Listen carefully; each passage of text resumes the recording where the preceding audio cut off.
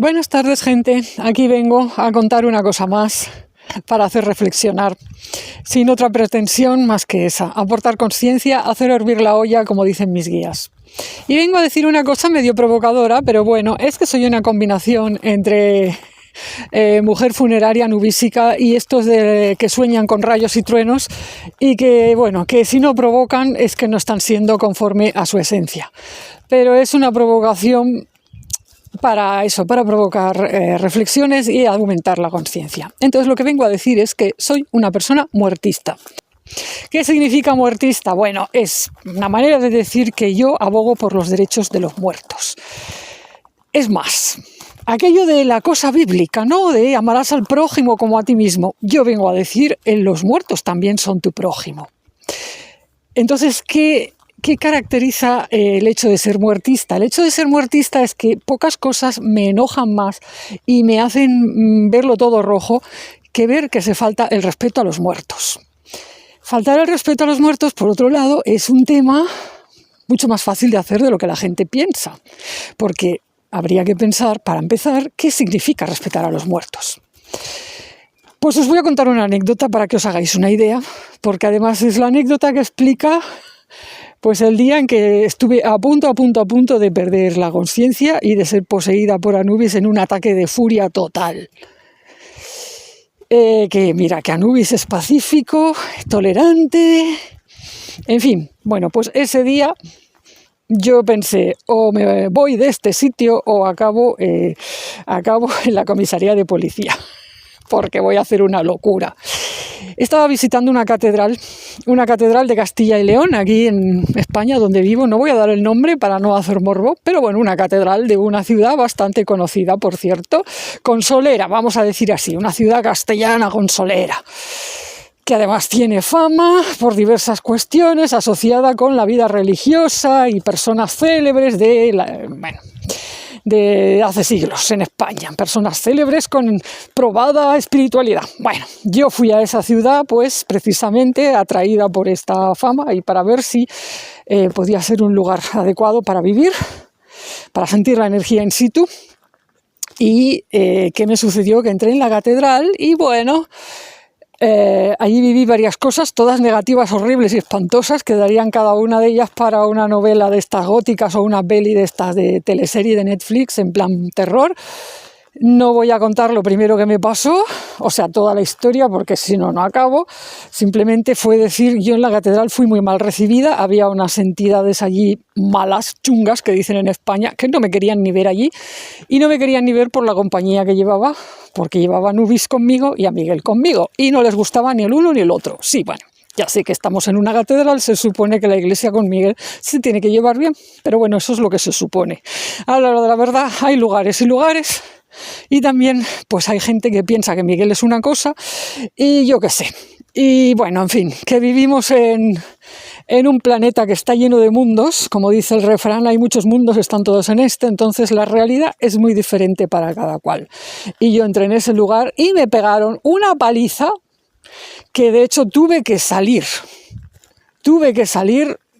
porque creí que, bueno, que digo, me voy a poner a vomitar aquí, me estaba dando de todo, me estaba descomponiendo viva del odio que recibí por parte de esas entidades que, como digo, bueno, no las voy a explicar ahora porque es que me enrollo y ya hablaré de ellas en algún momento, si es que no acabo escribiendo un capítulo de Demonología 2 en algún momento porque les tengo reservados el discurso.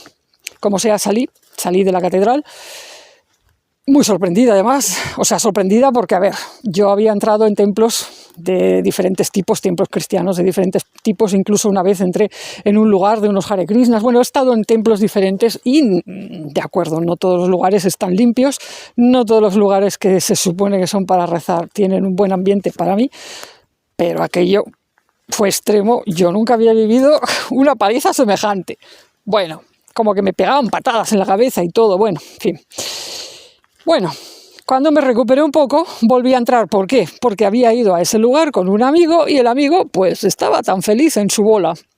Esto que digo, hay muchos mundos, están en este. Bueno, también esto de los mundos depende de las personas. Pues yo estaba como si me hubieran pegado, me hubiera caído encima la mafia, me hubieran pegado de patadas en la cabeza y en todas partes, y mi amigo estaba tan feliz. Para él eso no contaba. ¿Por qué? Entre otras cosas porque él no llevaba a Anubis, no llevaba a Miguel, él estaba en otra onda.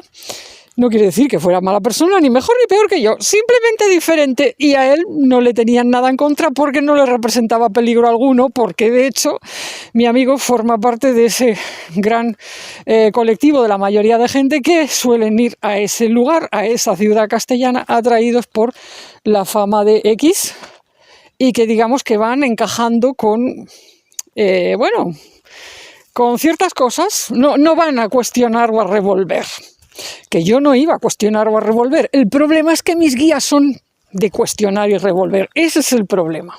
Que yo en aquel entonces todavía no lo sabía. Yo no pensaba nada, yo simplemente iba aprendiendo sobre la marcha, pero aquello sucedió pues hace un montón de años, creo que en el año 2006. Yo todavía estaba aprendiendo a conocer a mis guías, todavía no sabía de qué iba la cosa.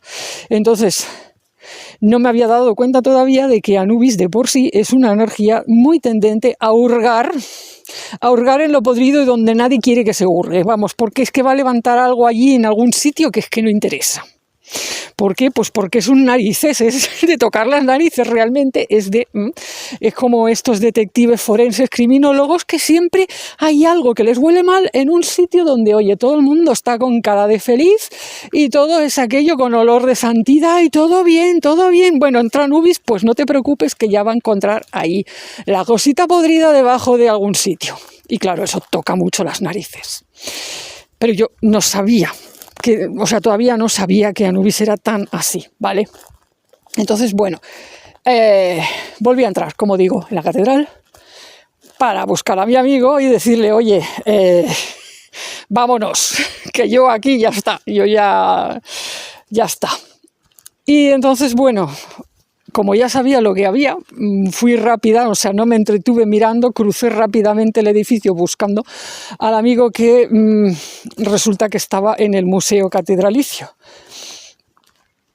Era la época, año 2006, que todavía esto de los móviles de WhatsApp y tal no había, sino a lo mejor nos habíamos mandado un WhatsApp y yo ni siquiera había entrado.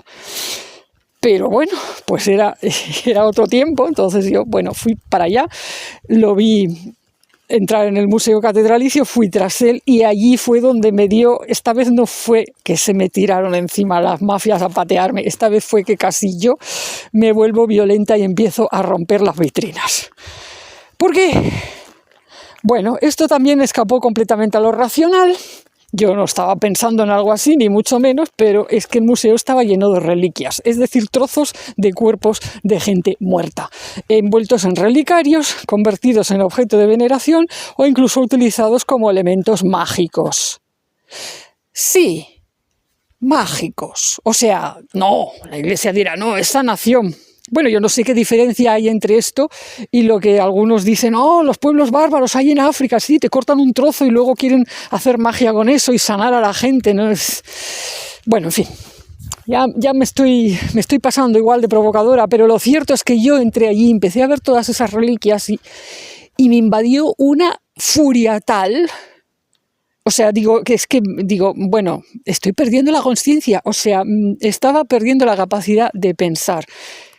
Me estaba poseyendo Anubis y Anubis lo que quería era romper las vitrinas, arramblar con todas las reliquias, meterlas en un saco y enterrarlas debidamente. Devolverlas a la tierra y hacer un rito adecuado para cada persona de esas a las que le quitaron un trozo de su cuerpo una vez muerta para hacer cosas con ello. Que sí, que me van a decir, no, son objetos de veneración, sirven para hacer milagros. Mira, está claro que Anubis no es esa clase de ser sagrado. El tema de las reliquias lo pone malo, no lo siguiente. Y vamos a decir, yo descubrí ahí que digo, espérate, porque mis guías esto de las reliquias y de utilizar, de andar troceando y sacando trozos de los muertos, lo llevan fatal. Ahí fue cuando empecé a aprender, porque claro, yo tuve que salir otra vez corriendo de la catedral porque digo, es que acabo rompiendo una vitrina, es que pierdo la cabeza. Me venía el recuerdo de Jesús cuando estaba en el templo y arrambló con el látigo y empezó a romper todo lo de los mercaderes y tal. Digo, pues yo acabo igual, solo que no arramblaba contra ningún mercader que había allí dentro, pero era romper vitrinas y mi mente pensando a ver cómo podía llevarse esos huesos de allí. Esos trozos de hueso, que si el dedo de no sé quién, que si el no sé qué de no sé cuántos, pero ¿qué es esto? O sea, indignación, furia total. Bueno, salí, porque dije, claro, ¿yo qué voy a hacer? Pues sí, claro, ya sé que eso hay que hacerlo, sería ideal que se pudiera hacer, pero estoy en un mundo donde si hago algo así van a decir, a esta mujer se le fue la olla, primero te llevan a la comisaría de policía y si dices la verdad, bueno, luego lo más probable es que te envíen al psiquiatra. Porque bueno, en fin, ¿quién entiende algo así? Vale. Entonces, bueno, yo traté de tomármelo con un sentido del humor, pero bueno, en fin, tuve que hablar con mis guías y preguntarles, o sea, a ver, ¿qué es lo que pasa con esto de las reliquias, con los cuerpos de los muertos? Y fue cuando me empezaron a explicar que aunque una persona muere, en su cuerpo queda una energía residual porque todo lo que es materia es consciencia. No es solo porque el cuerpo sea perteneciente a un vivo y conserve parte de su energía, es en general, pero mucho más en el cuerpo de un ser humano. Es decir, mis guías abogan por tratar bien a toda materia, incluso a las piedras, ¿vale? Son esa clase de guías que te dicen, bueno, antes de romper una piedra para hacer no sé qué, preguntaré a la piedra que su espíritu esté conforme, ¿no? Esas cosas. Pues imagínate el cuerpo de una persona que ha fallecido y que conserva mucha de su memoria. Hay un montón de energía condensada y encriptada en el cuerpo. Entonces ahí es que me empezaron a explicar pues todo esto y Anubis me dijo que claro, que era muy importante tratar bien a los cadáveres.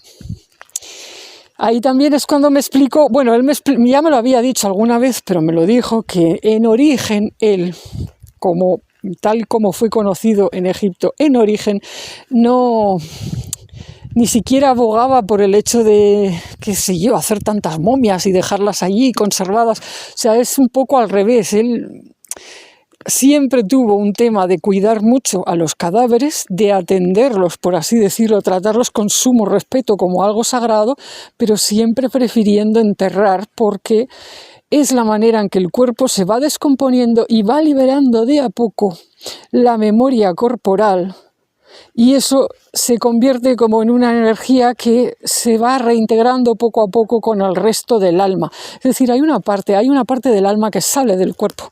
No es que te entierren a ti con el cuerpo cuando te mueres, pero hay una parte, digamos, de nuestra energía que permanece allí, que es consciencia. Y esto es ideal que se deshaga de a poco para que el resto del alma se la pueda ir reintegrando. Es decir, para que haya un proceso de tránsito adecuado, es dar tiempo, es dar tierra, es dar tranquilidad y es dar un cuidado respetuoso. Entonces, bueno, esto trajo un montón de cosas, llegué a mis límites porque en determinado momento Anubis me hizo sentir cómo era sentirse cadáver.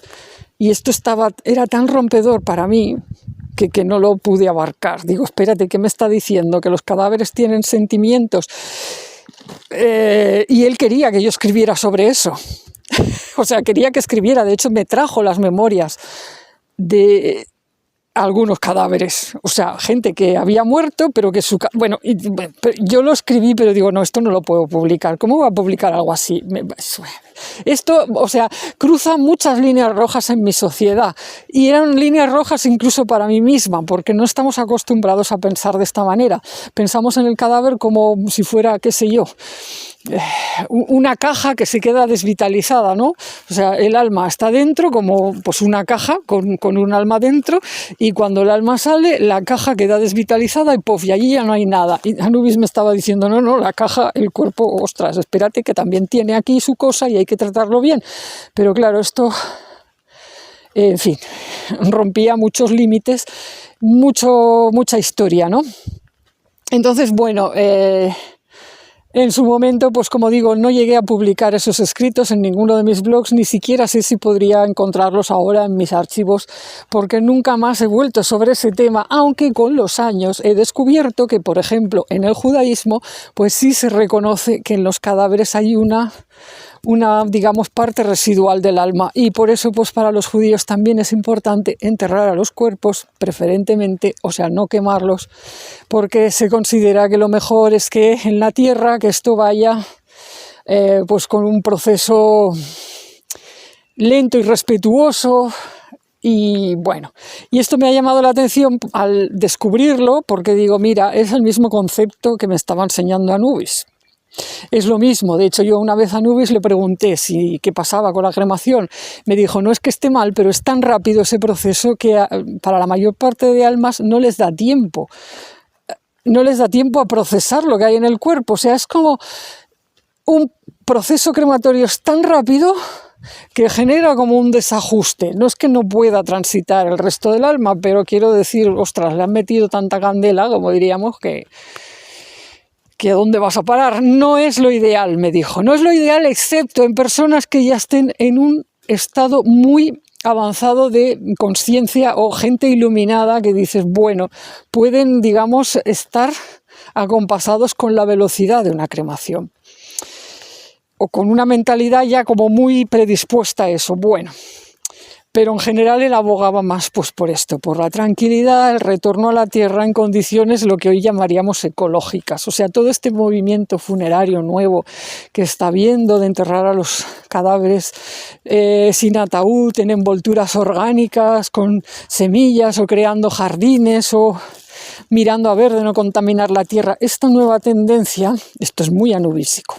No me cabe la menor duda de que la energía de Anubis, tal y como me dijo en su momento, está saliendo por todas partes, está actuando mucho en el planeta Tierra en este momento y está generando mucha inspiración en personas para que revisen toda la cuestión de los temas funerarios, el enterramiento y todo esto. Entonces, bueno, ¿qué es ser muertista? Ser muertista en este contexto, como es una palabra que yo la uso así medio en sentido cómico, provocador, medio chistoso, ¿no? Ser muertista es decir, a mí me parece una falta de respeto que se hagan cosas con los cuerpos de los muertos, tipo convertirlos en objeto de culto, meterlas en relicarios y que luego acaben, por ejemplo, en un museo o que estén por aquí o estén por allá. Porque hay que tener respeto por el muerto y, oye, el cuerpo del muerto debe poderse reintegrar en la tierra y esa alma, ese muerto, tiene derecho a recuperar la memoria, la conciencia de todas las partes de su cuerpo y que no le anden haciendo eso, desde mi punto de vista. Sé que para el cristianismo las reliquias han sido un tema importantísimo en determinadas épocas, y aún hoy es un tema que más o menos, bueno, en fin, tiene su importancia, no tanta como hace siglos, y sé que otras religiones del planeta pues también le conceden importancia al asunto de las reliquias y, por ejemplo, inclusive en el hinduismo se le da mucha importancia a cómo se conserva el cadáver post-mortem, es decir, se mira mucho si un cadáver se descompone o no, los cuerpos incorruptos se les atribuye mayor santidad, bueno, en fin, hay toda una cosa, ¿no?, con esto, pero para Anubis las cosas no son así. Es decir, para Anubis incluso te diría más, una persona que transita adecuadamente tiene la tendencia a que su cuerpo desaparezca, a no dejar cuerpo aquí o dejarlo el mínimo posible. Cuando un cuerpo no cambia, no se descompone, no desaparece, puede deberse a diferentes causas, pero no es necesariamente sí o sí un síntoma de santidad para Anubis. Puede ser también un síntoma de querer permanecer aquí contra natura.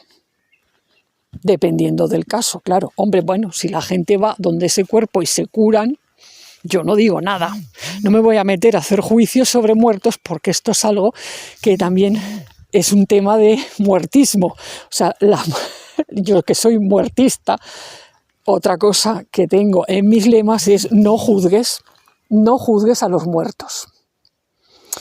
Es decir, no hagas juicios sobre la vida de una persona, no te pongas en el rol de Dios a decir si murió así o murió así porque esa persona era mejor o peor persona, o si a su cuerpo le pasa esto o aquello porque es mejor o peor persona.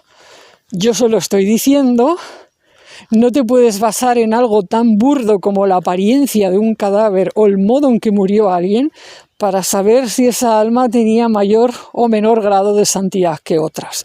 Tiene que haber otras señales y otras manifestaciones para poder ver las cosas, y desde luego solo Dios puede juzgar lo que un alma es o el estado de santidad que alcanzó. Entonces, bueno, hay otra faceta del muertismo que me agarra muy fuerte con enojo y que lo veo todo rojo, y es que, por ejemplo, pues cuando hay una catástrofe o hay un suceso terrible, qué sé yo, miles de muertos en tal sitio o en tal otro, siempre aparece alguien de algún ambiente de espiritualidad o religioso, no sé qué, siempre, no falla, siempre hay alguien opinando y diciendo que tales o cuales muertos murieron porque hicieron mal tal o cual cosa, o porque es un karma, porque en otra vida no sé qué hicieron. Y eso me pone muy mal, porque le pone mal a Anubis, porque la gente no puede ponerse en el lugar de Dios. No juzgues a los muertos. No juzgues a los muertos. Desde luego todo tiene una causa, pero nosotros no la sabemos, salvo que seas alguien iluminado que, oye, el mismo Dios te está diciendo la causa de tales o cuales muertes. O que alguien te avise, te diga, mira, vale, pero eso es contadas excepciones. La mayor parte de las veces la gente que opina sobre una muerte así o una muerte asá están, pues eso, como la palabra indica, opinando o analizándolo desde diferentes partes, que si la astrología, que si el karma, que si el tal, que si el pascual. Pero esos son análisis ofensivos para el muerto. No quieras ser tú un muerto que se pongan a juzgar los demás y a hacer cábalas sobre si has muerto así o asá porque eras así o asá.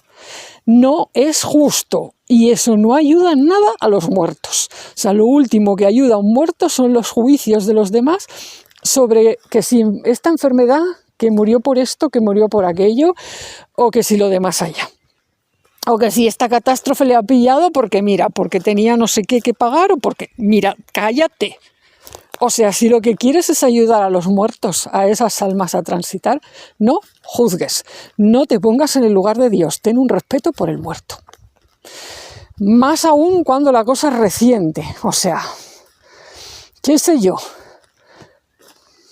cosas, ¿no? De lugares que de repente son asolados por un incendio devastador, hay víctimas mortales. Mira, cállate. Si no eres Dios y Dios no te ha dicho, o sea, cállate. Si no vas a ayudar, no empeores. ¿Me explico? O sea, es decir, que sí, que a veces uno lo piensa en su interior o tiene un vislumbre. Hay gente que tiene vislumbres. Pues te los quedas en casa o a título íntimo. No andes publicando por ahí en redes sociales diciendo tales y cuales murieron por esto o aquello, o es que no sé qué, o es que no sé cuántos. No, no está bien. En fin, el respeto a los muertos es esto que estoy diciendo también. Si no les puedes ayudar, o sea, si no te sientes con ánimo de resonar en la ayuda a esas almas, de rezar por su tránsito o lo que sea, porque sientes que no es asunto tuyo o no son pertenecientes a un colectivo que tal, o yo qué sé, que no tienen nada que ver contigo, bueno, pues cállate, un silencio respetuoso. No te metas. Y si les quieres ayudar, porque sí, pues porque te ha conmovido esa muerte, o porque no sé qué, o porque los sientes afines, o porque son de tu clan, de tu tribu, de tu familia, de tu colectivo. Bueno, si les quieres ayudar, no juzgues. O sea, ponlo en manos de Dios. Y dile a Dios, mira, inspírame. Si hay alguna manera mejor en la que yo pueda ayudar a estas almas, pues dime. Pero no juzgues. Entonces, bueno, esta es otra faceta del muertismo que yo digo. Y bueno, podría estar hablando ahora sobre esto, solo mencionaré una faceta más del muertismo. Una faceta más del muertismo es todos los muertos requieren tumba y oración o rito funerario. Entonces, hay una cosa que me pone también particularmente mal y enojada, o sea, al nivel de lo que he explicado de las reliquias o al nivel de lo que he explicado con las catástrofes, o sea, yo qué sé, pues un lugar que, vale, maremoto, tsunami, miles de muertos, o sea, y la gente haciendo allí análisis y explicaciones de que murieron porque no sé qué. Bueno, eso me pone muy mal. Bueno, pues esta tercera cosa también me pone muy mal. Me pone muy mal que a sabiendas personas, familias, lugares, colectivos donde se sabe que hubo masacre, sufrimiento, gente que ha muerto, que no ha sido enterrada, que han sufrido exterminio, masacre, no sé qué, o que se han hecho desaparecer los cuerpos o que lo que sea. Y que a sabiendas que esto ha sucedido no se esté haciendo nada por esas almas, por ayudarlas, ya no digo para recuperar los cuerpos, porque a veces es imposible, a veces no hay manera, no está en la mano de la gente hacer algo así, pero fingir que todo va bien, en fin, eso me pone muy mal. Alguien dirá, oye, pero eso no pasa, ¿no? Porque la gente... No, sí que pasa.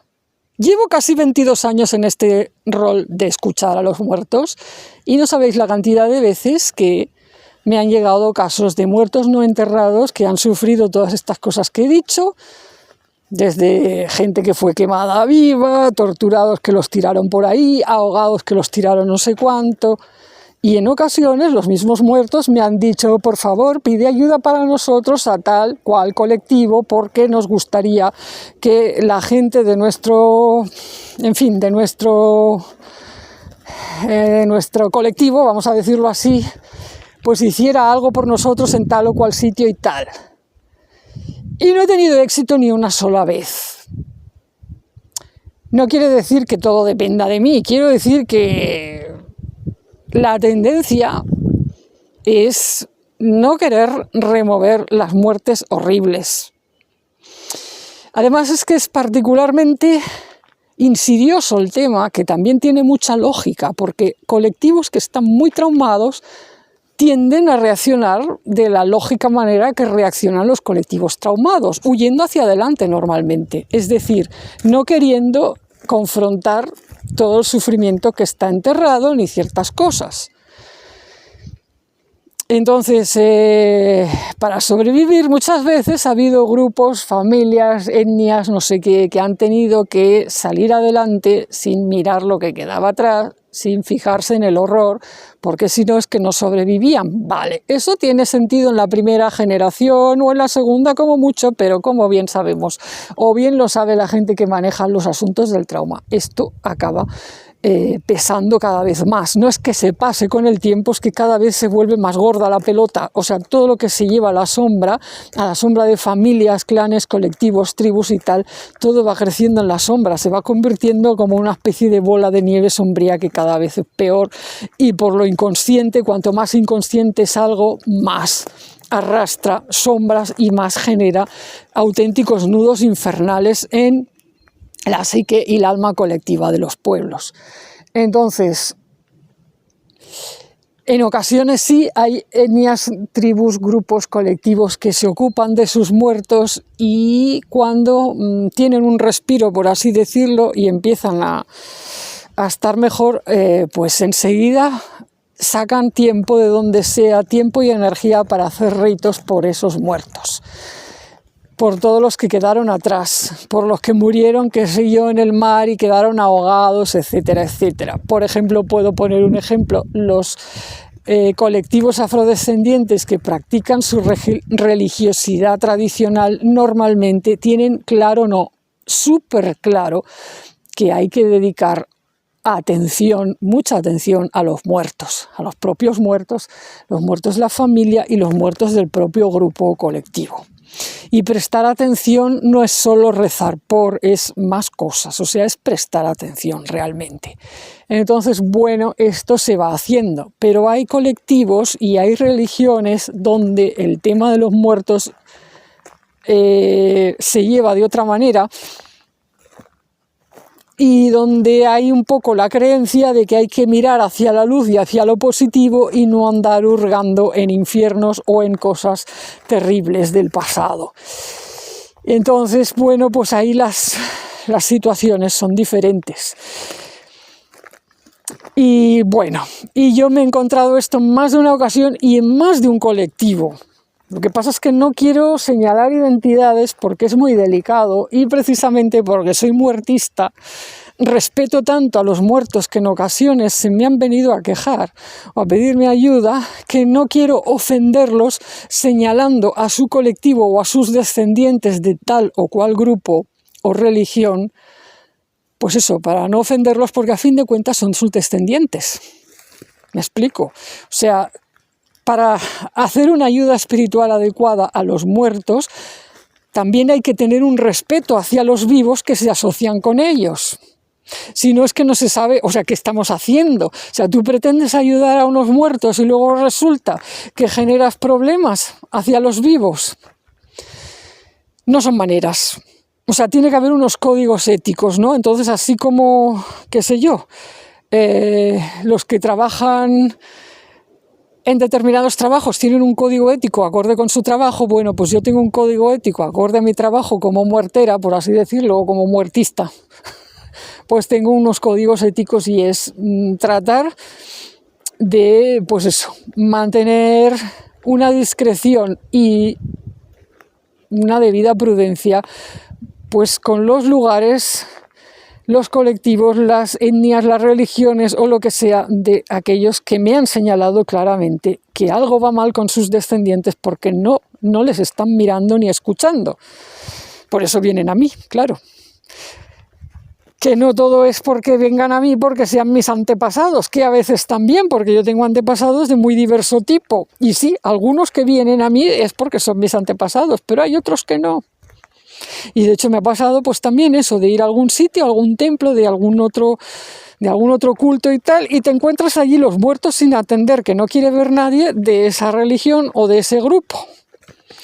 Y no son antepasados tuyos, me explico, y vienen y te cuentan ahí sus cosas, ¿no? Entonces, bueno, es delicado, entonces yo lo máximo que puedo hacer es tratar de aportar conciencia, pues en vídeos como este o en mis libros, etcétera, etcétera. Pues ¿por qué? Porque es ir poniendo gota a gota más y más conciencia en el mundo acerca de esto.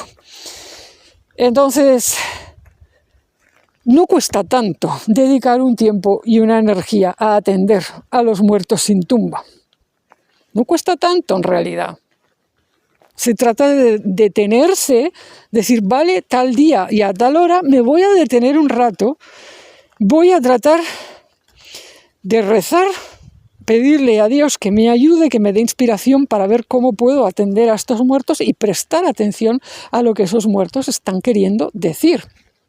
No quiero decir que todo el mundo lo tenga que hacer. Quiero decir las personas que saben, que les consta, que en su familia o en su colectivo hay muertos de este tipo. Ojo al dato. Es decir, yo qué sé, yo me he enterado a veces de cosas de mi familia, ¿no? O que te enteras, vas a un sitio, vas a vivir a un sitio y sabes, te das cuenta que allí hubo no sé qué y hubo unos muertos que no fueron enterrados, o en fin, cuando te enteras, cuando hay algo ahí que es próximo, ahí es donde digo, bueno, está en el deber espiritual de cada cual tratar a ese muerto como si fuera un prójimo, porque es lo que es. Con más razón si pertenece pues a algo cercano, familiar, ancestral o de tu propio colectivo, porque tenemos un deber de cuidado mutuo en general, pero que hay más expectativa cuando son de tu propio grupo. Es decir, ¿a qué me refiero? O sea, uno está bien que tenga compasión con todo el mundo, pero es decir, cuando perteneces a un grupo, a una familia, a un clan, a una tribu, a un colectivo, tú estás esperando, tienes una expectativa mayor de aquellos que pertenecen a tu colectivo que a otros. Y entonces cuando ves que pasan de ti olímpicamente, que te olvidan, que no están haciendo las oraciones ni nada por ti, que estás tirado por ahí y que no están rezando por ti ni nada, tienes más dolor que si es que se olvidan de ti los que no tienen nada que ver contigo, me explico. Pero es así, con los muertos sucede igual. O sea, ellos están siempre esperando que sean los de su propio grupo, los propios descendientes, especialmente los que se ocupen de ellos. Si no son sus descendientes, pues por lo menos eso, de su colectivo, de su religión, de su pueblo, de su etnia, de su cultura, están esperando eso. Cuando nada de eso se produce, sufren mucho más. Entonces, bueno, a mí me enojan estas cosas porque digo, jolín, a veces es negación, es yo qué sé. Pero bueno, pues ¿qué le vamos a hacer? No se puede forzar a la gente a hacer algo que no quiere hacer. Así que nada, yo como muertista pues presento todos los casos a Dios o al Creador y luego pues lo que se puede resolver bien, lo que no, pues no, lo que puedo hacer algo yo, pues bien, y lo que no, pues ¿qué le vamos a hacer? Al final a veces pues Dios inventa métodos, se saca nuevos métodos de la manga, es decir, Dios es muy creativo, que para eso es Dios, y a veces pues lo que toca hacer con algunos muertos que están realmente completamente abandonados por parte de su colectivo, o que a lo mejor es que ya no les quedó nadie, porque a veces también ese es el drama, que no les quedó nadie vivo, pertenecen a colectivos exterminadísimos o que ya hace, qué sé yo, siglos que ya no hay nadie de los suyos. Entonces, bueno, cuando son muertos muy abandonados, realmente pues Dios se inventa, o sea, Dios busca caminos para atenderlos igual, normalmente a través de alguien de mi tipo o personas de estas que atienden a las almas y con ayuda pues de gente o de espíritus, por ejemplo, de otro tipo. Espíritus de la naturaleza o espíritus de fallecidos de otros colectivos que tampoco a lo mejor son los que están en ese contexto, pero que tienen humanidad, una humanidad ya muy trascendida y muy llena de santidad y que pueden acoger con ellos a estos muertos abandonados. Entonces, pues yo a veces es lo que he visto que me ha tocado hacer o que me toca hacer. A veces es lo que he visto, es decir, vale, Dios se va a ocupar de esto, o sea, cuando ve que ciertos muertos pues llamas a puertas y nadie quiere saber nada de ello, y Dios te ha estado diciendo hay que ir a tal sitio y hay que rezar por tales muertos, y lo has dicho 1 año, lo has dicho 2, lo has dicho 3, nada, bueno, pues Dios probablemente, Dios está pensando maneras, pero lo va a hacer a través de otros espíritus, de otras personas, de otras almas. Y lo que va a pasar, claro, con esas almas es que pues cuando renazcan, cuando vuelvan a la tierra de algún modo, no voy a decir que sea literalmente una reencarnación, porque no la tengo clara yo, la de la reencarnación, pero quiero decir que todas las almas de los difuntos, cuando trascienden, en ocasiones, pues sí, de algún modo regresan a ayudar en temas a la humanidad. Y claro, ¿qué va a pasar con estas almas? Pues que regresarán también con la memoria de lo que sucedió post-mortem con ellas. Regresarán con la memoria de que no fueron atendidos por los de su propia familia, tribu, clan o colectivo, y en cambio fueron atendidos por otras personas, por otra humanidad, por otras almas, y probablemente pues lo que inspiren estas almas trascendidas ya y ayudadas es la superación, la trascendencia de la propia identidad del pasado, o la propia identidad fija y pequeña, empequeñecida o demasiado fija, limitada a colectivos y religiones que al final pues eso les ha tocado trascender. Entonces, bueno, esto tiene una parte buena de trascendencia de los límites, de apertura de posibilidades, y tiene una parte dolorosa, y bueno, pero así es la vida, ¿no? Tiene una parte dolorosa y una parte difícil para los grupos. Los grupos, las familias, los clanes, las tribus que no hayan ayudado a sus propios muertos, pues probablemente acaben disueltos y dispersos en medio de todo lo demás, pues porque lo que hace más conservar el propio linaje, el propio clan y la propia tribu es el honor, la atención y el debido respeto a los propios muertos. Cuando los propios muertos, los más abandonados de los propios muertos, se tienen que ir a buscar ayuda fuera de su grupo y acaban siendo ayudados por almas de otra procedencia, pues es como que se disuelven esas raíces en otras partes, por así decirlo, se van a otro lugar. Por lo tanto, esos árboles cambian, esas estructuras energéticas, esas redes de consciencia se reconfiguran por completo. Y esto ha sucedido más veces en la historia de las que pensamos, porque al final Dios lo que quiere es que las almas estén atendidas y que las almas puedan seguir adelante, que la vida continúe del mejor modo posible. Siempre se ofrecen los caminos ideales, los caminos más conservadores, por así decirlo, para que haya el menos dolor posible, pero pues a veces no puede ser. Y lo divino nos impone en estos temas, es decir, siempre respeta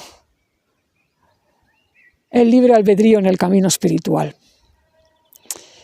Así que, bueno, ¿quieres saber si tu familia llegará a cruzar generaciones y generaciones? Tienes una pista. Uno de los factores que va a decidir eso será la atención que prestes a tus propias raíces y a los muertos más abandonados, más ocultos y más olvidados de tu propio árbol familiar, muy especialmente los que no fueron enterrados.